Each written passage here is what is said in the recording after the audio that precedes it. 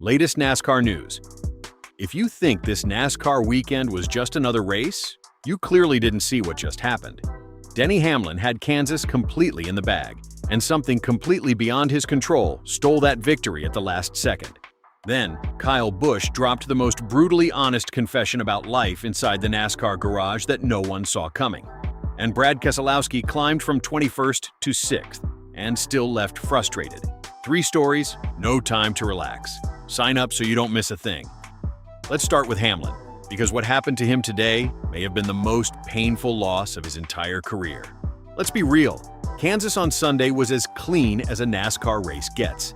No random crashes, no debris cautions, just pure racing.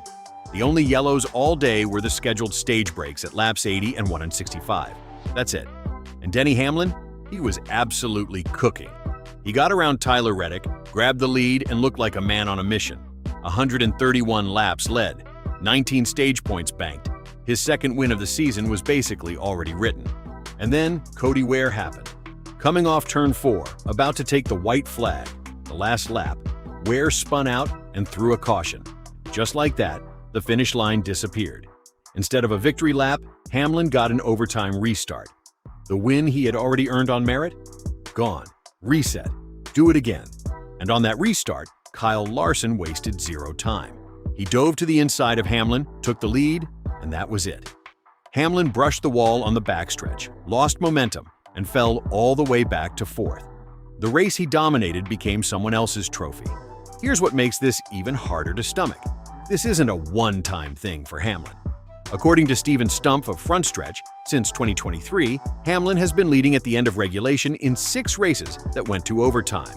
And he lost every single one. 6. We're talking the 2025 Daytona 500, the 2025 championship race at Phoenix, 2 Kansas races, Nashville, and now this. He's won 2 races because of overtime, sure, but the math says overtime has cost him 4 wins he already had in the bag. Fox reporter Jamie Little caught up with Hamlin right after the race and said she'd never seen him that frustrated and heartbroken. And honestly, hard to blame the guy. He did everything right. Led the most laps, earned the most stage points, controlled the race from start to finish, and walked away with nothing to show for it. That's NASCAR for you. The sport doesn't care how dominant you were.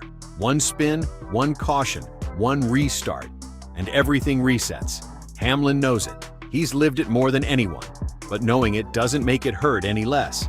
And if you thought that was hard to watch, wait until you hear what Kyle Busch just admitted about life inside that garage. This one came out of nowhere, and people are already losing their minds over it. Alright, so picture this. Kyle Busch is sitting down for a podcast with Sean Hannity, and someone asks him a pretty simple question. Are you actually friends with any of the other drivers? Normal question, right? You'd expect some kind of diplomatic answer, a little PR spin, something safe. Nope. Are you friends with any of the other drivers? No. That was it. Straight up. No hesitation. And look, the wild part is the setup he described. These guys are basically living together every single weekend. Same motorhome lot, same schedule, same track, week after week, city after city, like a traveling circus, in his own words. You'd think that kind of proximity would naturally build friendships, but for Busch, it just doesn't. He did give a bit of context, though. He mentioned that some drivers do form real friendships, usually guys who grew up racing together as kids, who built those bonds before the competition got serious.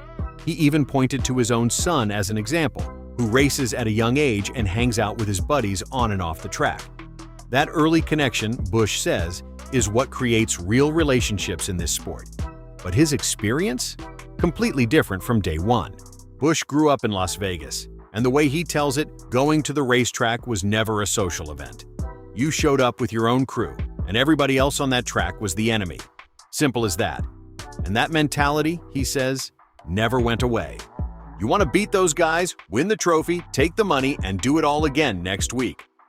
That's his entire framework. That's how he's operated his whole career.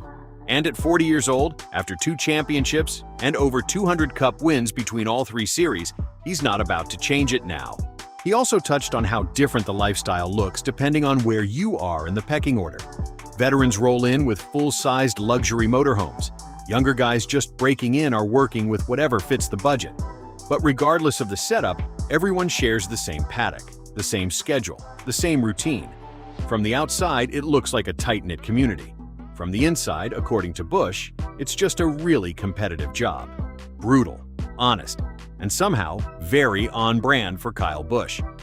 Now let's shift, because while all of that was going down, Brad Keselowski was quietly putting together one of the most impressive drives of his 2026 season. And somehow, he still wasn't happy with it. Brad Keselowski has had a rough go of it to start the 2026 season. No sugarcoating that. But Kansas on Sunday gave him something to build on. A 6th-place finish, his best result since that podium at Darlington. And he did it starting from 21st on the grid. Think about that for a second. 21st. He spent the entire race working his way forward, picking off cars one by one on the long runs, where his car was clearly at its best. He finished Stage 1 in 13th, moved up to 7th in Stage 2, and by the end, he was crossing the line in 6th, right between Bubba Wallace and William Byron.